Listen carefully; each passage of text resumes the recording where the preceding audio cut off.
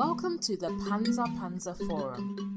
In the Yoruba language, the word pansa is usually injected into poetry to express an uncomfortable, uncensored, and inconvenient truth. The Pansa Pansa Forum is candid conversations about the life of African immigrants in America as it relates to their adaptation to their new home. While some may find it easy to integrate and can balance between retaining the original African culture while accepting the culture of their new home, many continue to struggle to find a balance between both worlds. Hello and welcome to Pansa Pansa Live. This is a podcast where we discuss the lives of African immigrants and their assimilation into Western society as they raise younger generations in a country that is quite different from their own. We also explore the experiences of children of immigrants as they balance the African and Western cultures. We present to you this informative, interesting, and expansive dialogue about the intricate experiences of African immigrants in America. Welcome to another episode of Pansa Pansa Podcast. This is the platform where we engage in deep conversation about the experiences, challenges, and resilience of African immigrants navigating life in the diaspora. I'm your host, Kemisteriki, and today I am absolutely honored to be joined by Dr. Rita Nketiah, a writer, a researcher, social justice activist, and the co-host of the two known podcasts. Dr. Nketiah returned to her native Ghana in 2017 after growing up in Canada as what scholars will call 1.5 generation. She holds a PhD in human geography from York University, and her work blends rigorous research with grassroots in feminist movement building across West Africa. She documented the lives of the Ghanaian returning immigrants, led human rights advocacy globally, and has written powerful investigative pieces for outlets like Human Rights Watch, covering issues from unlawful arrest of LGBTQ plus activists in Ghana to child marriage in Francophone Africa. Dr. Nketiah, welcome to Pansa Pansa Podcast. I originally scheduled you to speak with both you and Dr. Kirsty Quanteg, and I'm glad that we still able to get this conversation. Before we dive deep, I have to ask, how did you and Dr. Quanteg met? What brought two of you together to conjoin your expertise for the two known podcasts? Yeah. Well, thank you so much for having me here. I'm so excited to dive into this conversation. So, the Tune On podcast, yeah, it came about because Dr. Kirsty and I were both researching 1.5 and second generation Ghanaians in the diaspora. She was looking at youth in the US and the UK context, and I was looking at youth in the Canadian context. And we felt like, aside from our general interests in migration and diaspora life and, youth identity, we also felt like a lot of the conversations that were happening around migration, around belonging and identity were not actually being had by people who were part of that demographic. And so we felt like as people who were, 1.5 and second geners ourselves, and also were researching this deeply, we felt like we had an investment, a deep investment in telling the story of the children of Ghanaian immigrants globally. So let's start with your early life. You grew up in Canada as part of 1.5, meaning you migrated as a child or as a teen.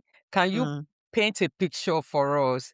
What is it like growing up in a Ghanaian home in Canada? Yeah, so this is such a good question. So I was born in Ghana and I left as a baby. I was literally 18 months and my siblings were around 10, 8, and 6 years old. So we were all quite fairly young and we relocated to Toronto, which had at the time a growing Ghanaian immigrant community. It's much larger now, but certainly we arrived in the late 80s.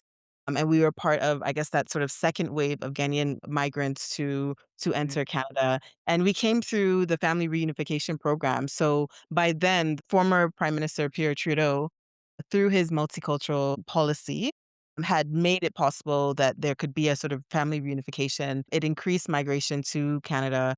So our father went first and then was sent for us later. And yeah, I mean, we grew up in what I would consider to be, you know, a Ghanaian diaspora community. And we often also lived amongst other African and Black immigrant communities, particularly Caribbean immigrant communities as well, right? And so we had, we went to church regularly. We went to a Ghanaian church. We attended Ghanaian parties and what we call outdoorings. We attended funerals. Like there was a growing community there. But of course, that was within our sort of personal lives. But then within the broader society, Canada was, and I would argue still is, quite a white nation, right? In terms of who is in government, in terms of the power brokers of the society, and in terms of culturally, right? Even though Canada sort of brands itself as a multicultural, diverse nation, and it is, but when you look at the system and whose culture it reflects, it is very much, a sort of like Euro-Canadian kind of culture. And so yeah, we had those two dynamics, right? Where you in your household, you ate the food, you spoke the language, you had that culture, but then in the broader society, you felt your foreignness in many ways, right? And so many Canadians of color will tell you about how they're often asked, where are you from? Yeah. And they're asking that question. They're not asking like, which part of Toronto are you from? Right? They're actually asking like, no, what country are you from? Because you cannot possibly be from here, right? Because what if my response is like, I'm from here? Then they ask, no, no, but where are you really from? Right. And so you feel that kind of othering in that way. And so yeah, those are some of the dynamics that we experienced growing up. Yeah, I do get the same thing too, even though people will ask me, where you from? I'm from New York. Name the borough I'm in within New York. But they will say, where are you really from? And that is part of what you have to explain, not only to white, because in America here you have diversity. You have African American, you have the Latino, you have all these other people that they will ask you those questions. So it's a way that there's actually have to navigate through this system. So I want to talk about the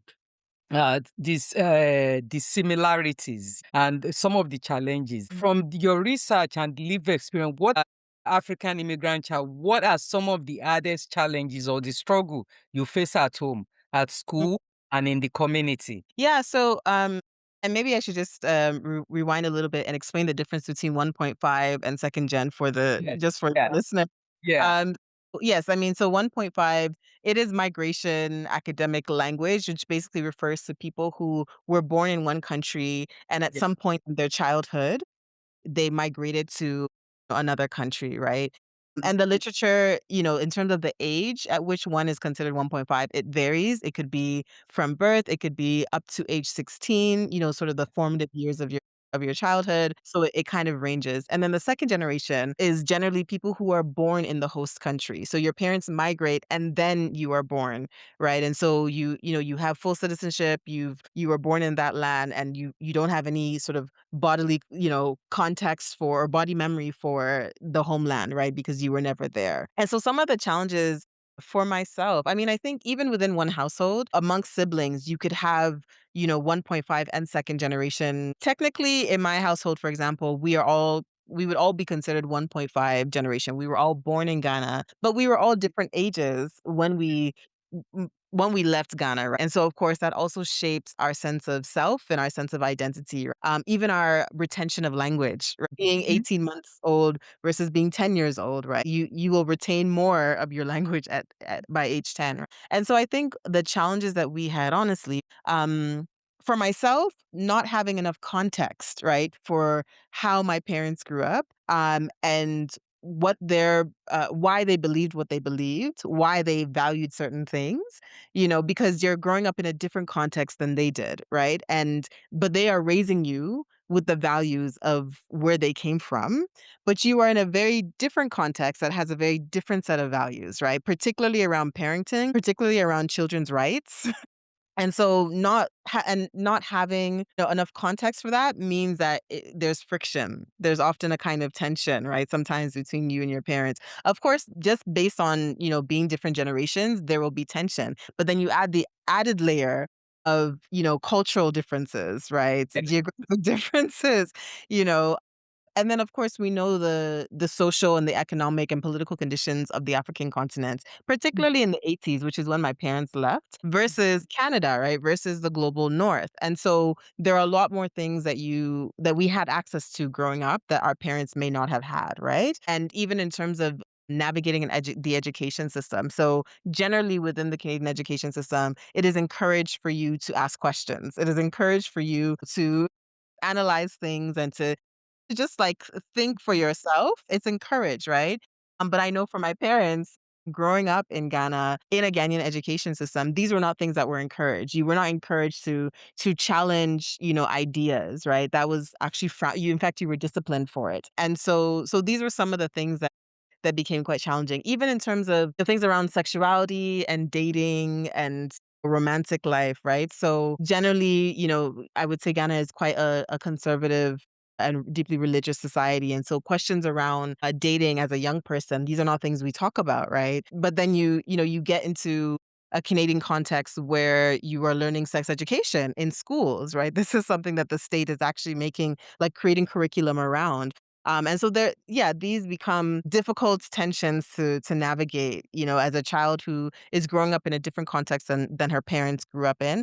And also because of the realities of our economic situation, it wasn't like we could visit home frequently, right? Where you could learn about your parents' context, right? There would be many, many years before we would return to Ghana. And by then we had spent so much time living in Canada and had been socialized there that, home felt foreign, right? And the way people did things, it felt so distant from our reality. But thank you so much for saying that the parents will raise you according to what they know. Yes. Not according, because I think I should have you in the debate forum. African children who are online talking about how their parents raised them, how they're not understanding them, without understanding that this is what they know. And they're very protective, not only of the unknown, of the society where they are. It's creating so much friction within our community globally of African in the diaspora. And I'm so glad that you mentioned that because it's part of the debate we need to have. We need to Mhm. understand. And I've seen many of African children who are now having their own children and they're practicing the same thing that they criticize their parents for. Wow. Wow. Because understanding that this is not an easy thing in Yeah. raising children. Because Mhm. even when you go to other races, whether you're talking about the Caribbean, African American, they have a saying, children must be seen, not heard. So it's part of their conversation because, this is the culture that they hold dear to. Yeah. But is just to understand that of course we have to manage some changes. Mhm. When we are raising the children in a Western society, because this is a different environment where they have to grow, and we want them to be able to navigate and be successful. So we have to, as a parent, also have to learn. And I'm so glad that you brought that up. And I think when I'm going to have that debate, okay, with other African, 1.5 or 2 second generation, you're going to be part of it. I just wanted to add something based on what you've just shared. So the other dynamic is that our parents are immigrants, right? And you think about like the life cycle of an immigrant and like, so much that they are encountering for the first time, they're also learning about Canada as you are learning about it, as you're growing up, right? So it's not a system that they know intimately. And that causes a lot of stress. It Mhm. causes a lot of anxiety, and also because of anti-Black racism and the violence that happens, towards Black people in the diaspora, they're also very deeply concerned. They want to protect you, they want to keep you safe. They know that they're not in their own country. They're now learning the laws and the system in this new country, and so sometimes it does result in, I guess, a kind of heavy-handedness in parenting because they know that this is not where they're from, right? They don't have that same protection. They may not even have extended family, depending on which country they land in, and so I can also appreciate now that just being immigrants, being in a new country and trying to figure everything out on their own while also raising children in this context can be quite challenging. And then I think for the children, many of us, we were the ones who were helping our parents to navigate bureaucracy and navigate administration because we were growing up in that system. We were schooled in that system. We were educated in that space. And sometimes, our parents didn't quite understand how to navigate things. And we found ourselves having to explain our report cards to them or like, just go to them with the bank and like talk to them and sort of understand. Sometimes there's that accent bias, right? So because your parents have, an African accent, the bank teller may pretend like they don't understand what the person is saying, and then you as a child who does have the Canadian accent has to now do the translation. So there was a way in which we were learning alongside our parents, you Mhm. know, how to navigate this new system. And I'm so glad you brought a lot of points up because many of these things, many of our children don't understand that this is the struggle that the parents have to face regularly. Because back Mhm. home, you could say, I'm going to the market. The next door neighbor, can you watch my children? You know, but here Yeah. you have to lock them inside the house. And it's not because the parents wants to lock you in the house. Mhm. Because you don't know the next door neighbor. As an African, from my experience, they will look down that Mhm. some people don't even want to connect with you. Yeah. So it's for many of our children to understand that because it's a struggle. Back home, I was telling someone, I said, if you have to be arrested, you must have killed somebody. Compared to whether you are in Canada or you are in America, Mhm. ordinary struggling with somebody, you could be arrested for every little thing. So it's the part of the fear that Mhm. African parents tend to have. And it's for Absolutely. us to have that dialogue as a community together so that our children will understand, parents who too will also understand the anxiety that the children are also facing. So thank you for that. So what would you say on the flip side? What are the benefit or unique benefit or gift of growing up in immigrant home? I know the food. Yes, absolutely. The food, the culture. I think to be honest, like just knowing that you can say, this is my culture, this is where I'm from, and have a kind of pride in that. I think that's so important. It's so important for your sense of identity, your sense of belonging. I think it's really important for us to know that we come from somewhere. And I think that's something that I was often taught or felt growing up, right? That we had our own culture, we had our own way of dressing, our own way of talking, our own music, our own way of dancing, and those things made me it shaped who I was, right? It shaped my consciousness. And I think it's a beautiful thing. And, on the flip side, I do think that Canada's multicultural narrative does allow for us to do that, right? It allows for us to celebrate, all of our diversity and where we come from. So I would definitely say that's something that I came to appreciate and came to celebrate. It made me feel unique. It made me feel, special in a way growing up as a kid in Toronto to know that I had my own language. I like those things for me. I think when you would talk to other kids, being able to share that with them, that share your culture and they, experiencing your culture for the first time and thinking it's so cool and so interesting. Like those are some of the things that I definitely leaned into as a child. Yeah. So have you ever feel, because I've heard that from many African immigrant children, they felt torn between the two culture as it relates to their dual identity, their African identity and your blackness, because in America here, we have different set of people of color, African American, the Caribbean, the Latino, name it. So Mhm. do you ever feel torn between both of the culture? Yeah, definitely. I mean, it's something growing up that I constantly had to navigate, right? Because there were expectations of you within your household, the culture that was in your household, how you did things. And then there were social norms outside of your household for how things were done. And you could sort of feel the tug and pull of those cultures because sometimes they were diametrically opposed. And, it felt like it was your job to figure it out. It was your job to figure out how to navigate both of those identities. And it's something that I still sort of struggle with also because I've since left Canada and, have moved to Ghana and then now I'm in Nairobi. And I think navigating those dual identities it's just the story of my life. I think and it doesn't have to be something that is sad or difficult. I think it's what gives me flavor. Let's say that it gives us flavor, right? It gives us that it's the complexity, right? That kind of complexity, I think, helps to shape who you are and creates a quite unique story for yourself. But I think it's something that we all struggle with, and it could be something as small as, I don't know, the kinds of foods that you eat inside the household versus outside of the household, or it could be something much more significant in terms of your religious beliefs. In general, I would say that Canadian society is a secular society in the sense that, there isn't one sort of dominant religion. Of course, there is the Judeo-Christian tradition that kind of, you Yeah. see it throughout like politics and government, but generally in the social space, it's secular. And Ghana is a deeply religious society, very Christian, particularly in southern Ghana, and then very Muslim up north, right? And that it shapes so much it influences daily life in Ghana, right? The way people talk, the things that they say, like so much of that comes from religion. Religion is infused into how people talk on a daily basis. Whereas in Canada, it's almost impolite to talk about religion, like your God, right? Those are private affairs. You don't sort of bring that to the public square. So the role of religion and the extent to which,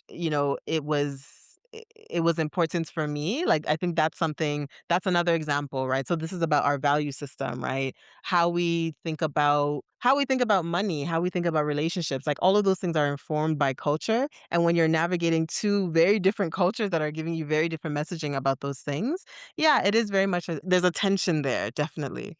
Yeah. So what is the diversity of people of color in Canada? Sorry, when you say the You have the Caribbean. Yeah, so I would say that still to this day, the Caribbean population is perhaps they're the most well established, or having been in the country the longest. They have the longest history of migration to Canada, dating as far back, I think, as the 40s. 1940s. And then you have a growing, African population that began migrating in the around 50s and 60s in terms of Black populations, right? And then we also have Black Nova Scotians. We have people who are 12th, 13th generation Black Canadians as well. They're a much smaller demographic or population. But I would definitely say that the two main Black immigrant groups are Caribbean and African immigrant communities. Wow, that's really interesting. I've never been there. I have to go anyway. I have to come visit Canada. So let's now go to the conversation about African womanism versus Western feminism, redefining Mhm, masculinity.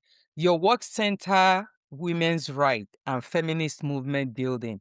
In the West, the conversation feminism often ties directly to redefining masculinity. If you understand, what I'm trying to say.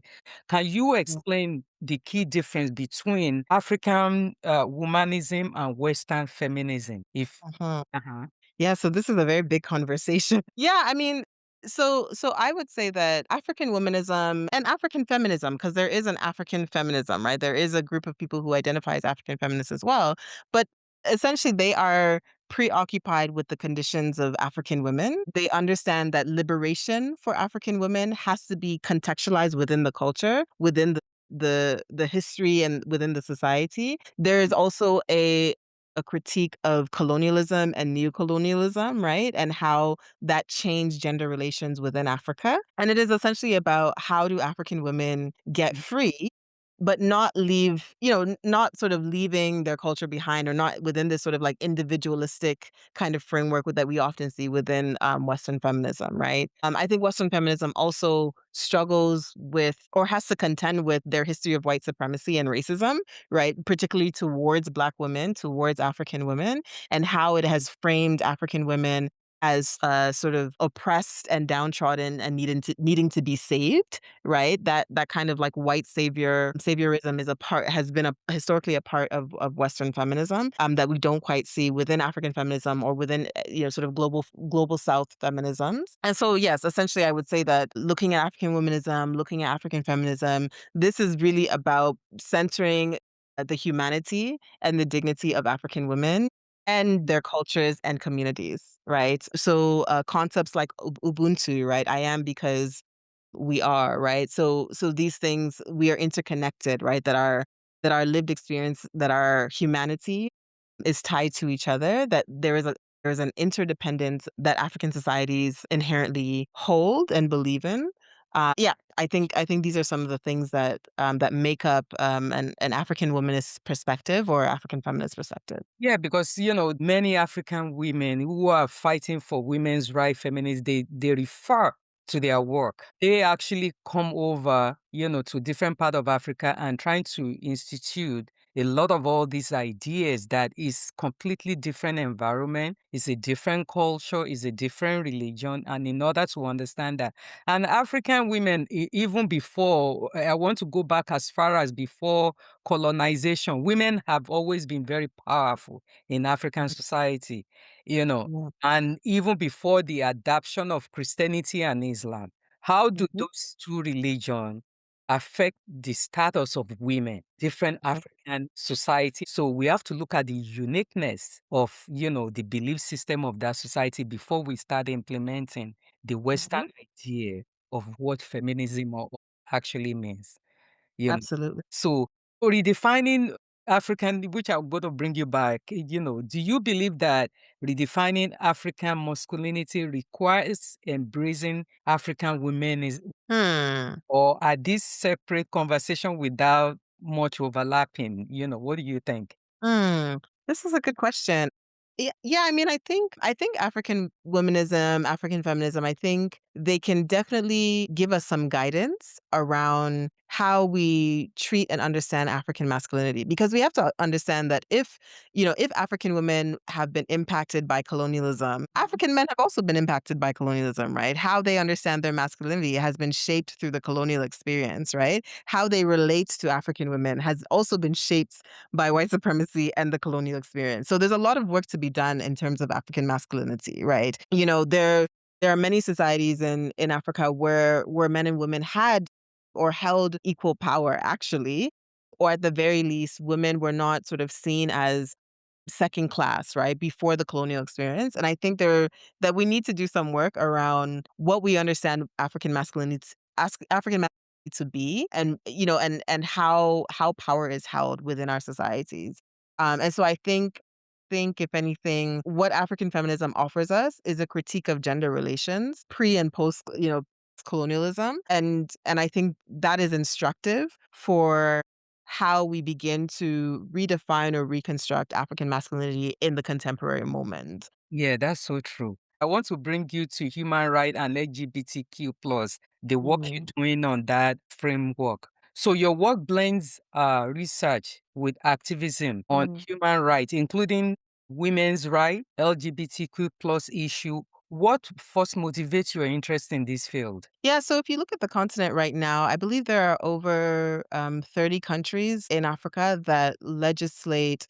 Mhm. There's some sort of legislation around, sodomy laws or anti-LGBT laws. Many of these laws came from the colonial experience, right? Many of these laws came through our colonizers, and I think that's very important for us to recognize that across African societies, we've had a diverse set of experiences around gender and sexuality. But through the colonial experience, much of that diversity became criminalized, right? It became demonized. It became seen as a sin. And today, what we're seeing is that in some of those countries, we are seeing harsher laws, even harsher laws, right? Once again, being influenced and shaped by actors in the West, evangelical lobby groups from the US, who are trying to create harsher laws for Africans, right? For LGBT Africans. And of course, when it comes to women's rights, we see the realities of African women across the continent when it comes to education, when it comes to um, safety and being free from violence. When it comes to access to healthcare, we see the challenges there, and so I think these issues are issues that are dear to my heart as a feminist. I'm somebody who's invested in dismantling patriarchy, and it's to me very clear that we cannot dismantle patriarchy without dismantling homophobia, transphobia, and many other forms of oppression, class exploitation.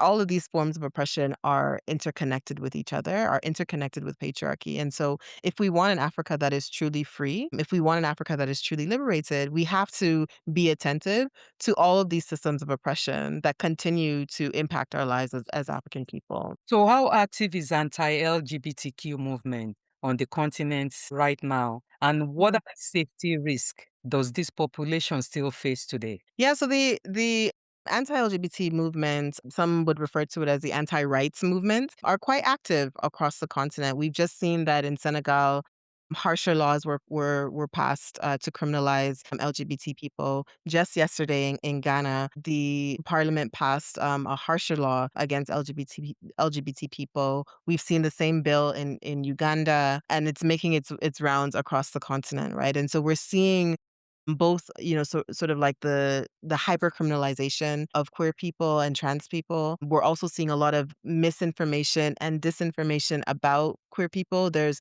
often a way that LGBT people are blamed for the ills of society, which is, they're scapegoated, right? So they're framed as people who are causing, COVID, they're the reason why our economies are not working. They're the reason why we can't get jobs. All of these things become a way of scapegoating LGBT people and blaming them for the ills of many of our societies. And that is so sad that you have to blame LGBTQ Mm. community for not being able to create jobs or adequate living standard for the population. And you've been talking about this. You wrote an article that you co-authored on Human Watch article about 21 LGBT plus activists unlawfully arrested in Ghana who sued the Inspector General of Police and Attorney General. Can you tell our audience more about this case and what it reveals about injustice this group are actually facing more globally? Yeah, so this was a very heartbreaking case. So in May of 2021, 21 activists were attending a paralegal training in the Volta region of Ghana. And the training was raided actually by the police, and they were arrested under the offense of unlawful assembly. And they were in jail for 3 weeks, eventually released. And there was no clear evidence that they had engaged in unlawful assembly. And so there was a case against the Attorney General to seek justice. And while they were released, that kind of experience can really cause trauma for a lot of people. While they were in jail, many people were taunted by the officers in the jail. Um, some of the intersex people were put into they were examined in a kind of violent way. Some of the people said that the officers in the jail encouraged inmates to rape them. This kind of torment and torture simply for attending a paralegal training. I mean, these kinds of things continue to happen. And unfortunately, because Ghana has just passed, for the second time, has just passed the Family Values Bill, which does criminalize LGBT people and any advocacy for LGBT people. Unfortunately, we will start to see more of these cases of the community being attacked, the community being harassed and violated, not only by state state apparatus, but also by general, public who feel that they now have a right to dehumanize other Ghanaian citizens because of this bill. That is so sad. That is so sad. You know, Mm. it's to be able to face reality about what is going on and to openly speak about it. And I'm glad you're doing that job. And I hope there's so many other people like you out there who are Mm. fighting along with you. Yeah. So you Yeah, cannot. I just want to say, like, I'm continuously inspired by all of the brilliant local activists who are so resilient and, just so strategic and passionate about this work. And we recognize that this is the work of our lives, and, it's not easy, but there are so many other people out there who, have really risked their lives to protect the community, and I'm continuously inspired by them. And I want to bring you back to Canada. Among the African immigrant community in the diaspora, what issue does LGBTQ plus individual continue to face? Giving more open public conversation and activism in general population, are African immigrant family and the community member becoming more receptive and supportive of Mm. LGBTQ plus, whether in Mm. Canada or US or in Europe? So, what I would say is that, there's a perception that the global north is sort of more tolerant, more liberal, generally speaking, and that when you go to the north, the global north, when you move to Canada, that you will sort of then also be influenced in that way or shaped in that way, right? But what we see, I would say, in a lot of Ghanaian immigrant communities is that there's still that religious conservatism, right? that they brought with them from their home, right? If you think that many immigrants who come to Canada, by the time they come to Canada, they're adults. They've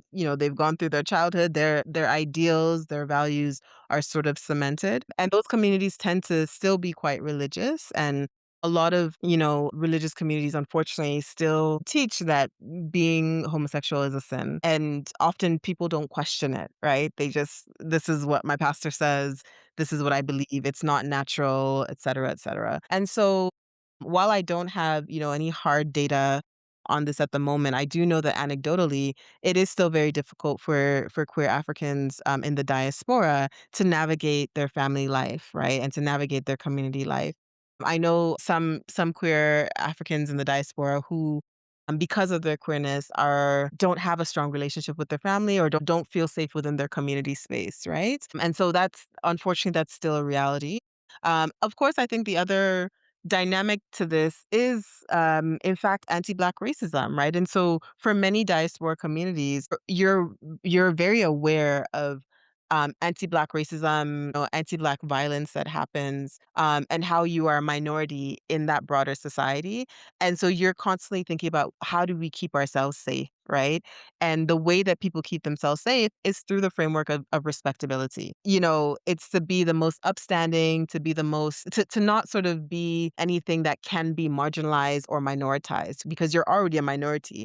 And then, to add sexuality on top of that, I think to some extent, some of that resistance to our diverse sexualities is about trying to keep ourselves safe within within a predominantly white society that already sees us as the other, right? And so yeah, I think all of those things need to be held together. We have to sort of examine those things together, right? That yes, we have been socialized within deeply religious conservative societies, and colonial societies, right? That framed sexuality and gender in very rigid ways. And we carry that with us when we go into the diaspora. And that also in the diaspora, we are a minoritized group that is navigating so much racial injustice, so much marginalization. And there is a way that we are trying to be seen as respectable as possible, so as to protect ourselves from that ongoing violence. Yeah, that is so powerful. How you just explain it, because we have to bring the idea that you are in a Western society, and no matter what, this is part of the issue that you're going through. Because apart from gender identity or LGBTQ community, you also face the issue of race. The idea that we carry at home that whoever bring what so-called quote unquote disgrace to the family, disgrace the whole community. Absolutely. Absolutely. And that's another thing we need to talk about, right? That certainly in my experience, there is a way that Ghanaians and many other African communities are very much concerned about what other people will think, right? And they are, again, trying to protect their family name, not trying to bring shame or disgrace to the family. And so sometimes because we are preoccupied with what other people think, we create an environment for our own family members that is unsafe, right? Because if you're more concerned about what other people think versus my safety, my humanity, my dignity, and what I want for myself, you know, then there's that tension, right? So I think this is something that we don't often talk about in African communities, and this isn't just about LGBT. This cuts across so many issues within the community, right? And things that we don't properly address, domestic violence, like different issues that because we're afraid of what it will, what other people will think about us or say about us, we don't properly address it, and we're not able to be honest about it because we're too busy sort of trying to pretend to be or perform something, right? To keep ourselves safe from the judgment of other people. And that is what you're so right. It crosses across so many areas. The extent Yeah. that it's affecting our growth. And when I'm talking about growth, I'm not talking about material wealth, but I'm talking about emotional growth, spiritual growth. Spiritual growth does not mean attached to religion. You're Yeah. but to be an individual, to find within yourself, who am I? What Yeah. works for me? What works for my children? Will I want to throw a child out because of what they've become? Would you throw a child out because of who they are in life? So you're right, it's part of those open dialogue that we need to have. And I don't think many of these religious setting organizations is actually having the true conversation. They're busy praying against the devil and the Satan, instead of actually addressing, many of these dialogue, many of these issues going on within our community. And we have to be truthful to ourselves. Yeah. We have to be. So I want to bring you to the idea of homophobia as a feminist issue. You wrote an article titled Homophobia is a Feminist Issue. Can you explain how homophobia cannot be separated from feminist issue, especially in the context where womanism is the dominant framework? Yeah, so I wrote this article within a very specific context, right? And so, I work between feminists, women's rights, and LGBT advocacy spaces on the continent. And particularly in the Ghanaian context, what we've seen is that the women's rights movement in Ghana still struggles with being inclusive of queer people, being inclusive of queer women. And again, this goes back to religion and conservatism. And so for me, it was very important to bring political clarity to what we're doing as feminists, right? If your work as a feminist is to dismantle patriarchy, then you have to understand what patriarchy actually does, right? So patriarchy says that gender and sexuality are very rigid, defined categories. And all of this is to benefit the patriarchy, right? And so, if we are going to dismantle patriarchy, you have to also be invested in dismantling how we understand gender, right? The roles that it gives us as men and women. This is what you're supposed to do. This is how you're supposed to behave. This is how you're supposed to act. This is what you are deserving of as a man and a woman. These things are defined for us within patriarchy, and women always lose, right? Women are seen as subordinate, they're seen as inferior, right? Within this same patriarchal system, sexuality is also determined for us, right? So because you are a man, you are the leader, you are the head of the household, you must be sexually attracted to, and mate with women in particular. And all of these are sort of rigid, violent, and violating rules that we see under patriarchy. And so your work as a feminist in dismantling patriarchy is to tackle all of these oppressive systems and all of these oppressive ideologies. And really, there is a relationship between gender and sexuality within that patriarchal framing. So there's no way that you as a feminist, for me, can truly fight patriarchy and sexism without also fighting homophobia, transphobia, classism, ableism. Like, once again, all of these things are interconnected, right? Nobody is free until all of us are free. And this is a big principle for me as a feminist and as an activist, right? But I think that unfortunately on this continent and still within the world, we are seeing people pick and choose which issues to prioritize, whose lives are more important, whose lives are more worthy of saving, right? And that's a race to the bottom. Really, it's a race to the bottom. So I think for me, it was really important for me to highlight that within the Ghanaian feminist movement context, because particularly when the first bill was introduced in Parliament, we saw a lot of division within the women's rights space. Some people who felt like, well, LGBT issues, that's not important for us. We're fighting for women's rights. But like, these are all human rights. These are all human rights, and so we should be invested in protecting human rights, because today it's LGBT people, tomorrow it could be you, right? Yeah. So was the basis for writing this article for me. Yeah. Thank you so much for bringing this education to the public, because, it's really needed and we need to really discuss it. So I want to bring you back. We're almost done to the two known podcasts in the diaspora in identity and the language you lost. You host two known podcasts with Dr.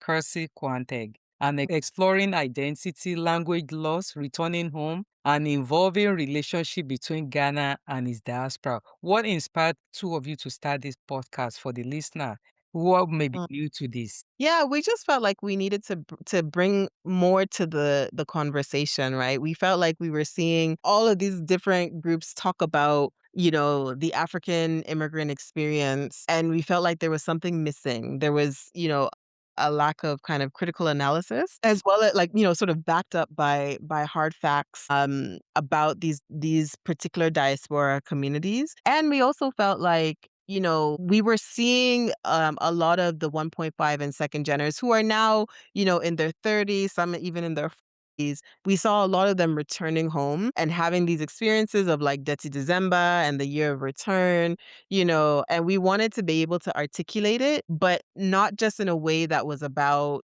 the fun and the parties and the celebration, but like, what does this mean for our identities? What does this mean for our sense of belonging, right? How does going home regularly shape or rewire your identity formation, right? And then what is also possible, right? What's possible when you return home? What are the ways in which we can support? What are the ways in which we can contribute to development at home? And how does this experience also contribute to our own development, our personal development, right? As people in this world, as Africans, globally. So yeah, we felt like this was a great platform for us to share our own experiences, to dive deeper and talk to even second genders of other African communities, to see how they're navigating and negotiating their multiple identities. And that's so beautiful because based on what you just said, that every December is all about going back home, doing Mhm, party, and then, do whatever you want to do, pack your bag and come back to mhm, where you are.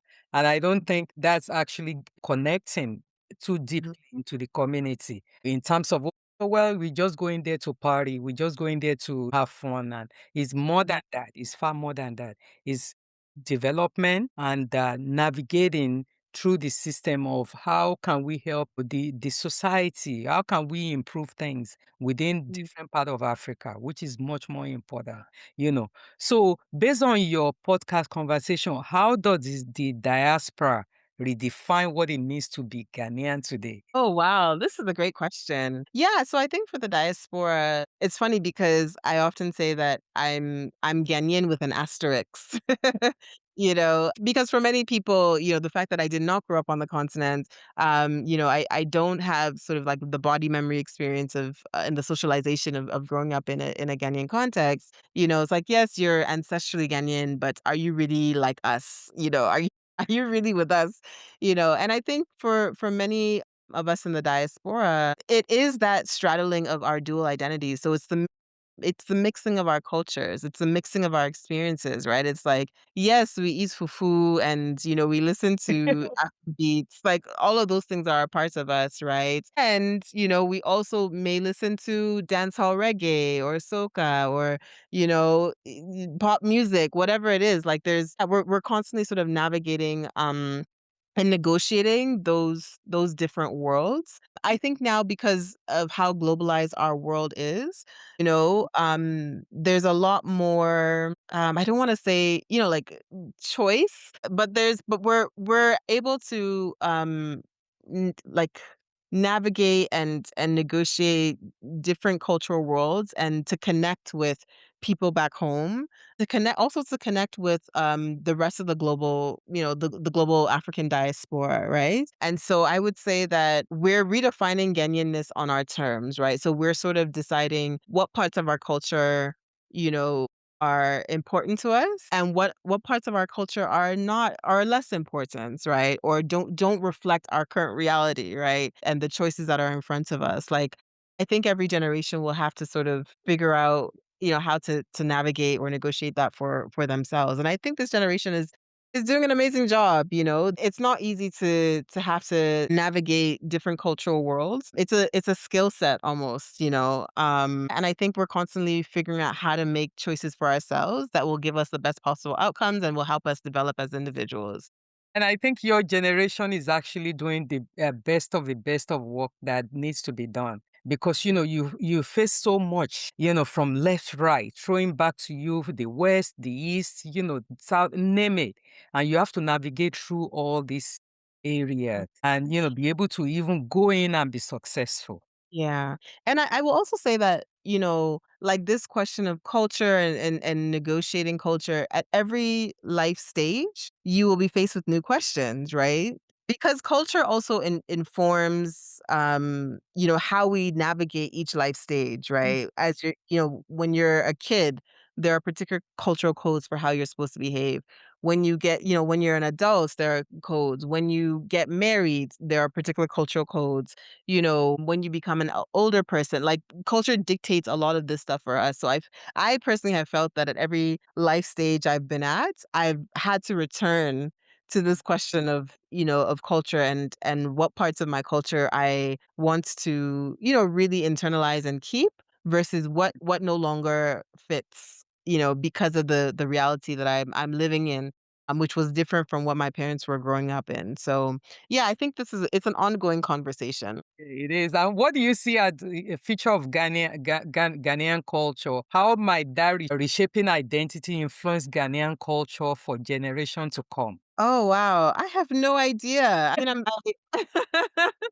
yeah, I think yeah, I'm not sure. I'm not sure actually. It'll be very interesting to see how Ghanaian culture continues to evolve, like, and it has, right? Like, and I think we have to remember that even for our parents, the Ghana that they grew up in is not the Ghana of today, So I think we have to be okay with embracing that, right? Like, yeah, I don't think we should sort of be purists about this because even for my parents, they grew up in a post-colonial Ghana. So much had changed from the colonial experience, from the pre-colonial experience to the colonial to the post-colonial. So much had changed about what we consider to be true Ghanaian culture, right? In the first place, pre colonization, Ghana didn't exist. Ghana wasn't a nation that existed, right? So I think we should be okay with and embrace. We should embrace Ghanaian culture and society evolving and adapting, and innovating, right? And becoming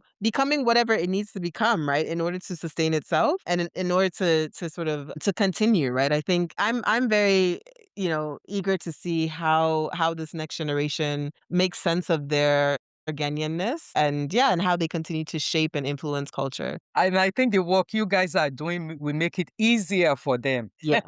to be. I hope so. We definitely hope so. So, in closing, Dr. Rita, thank you so much for your courage, your scholarship, your refusal to separate feminism from human rights. Whether there's LGBTQ plus Ghanaian, child brides, which you already did a good job in that, or 1.5 generation kid trying to find home between the two continents.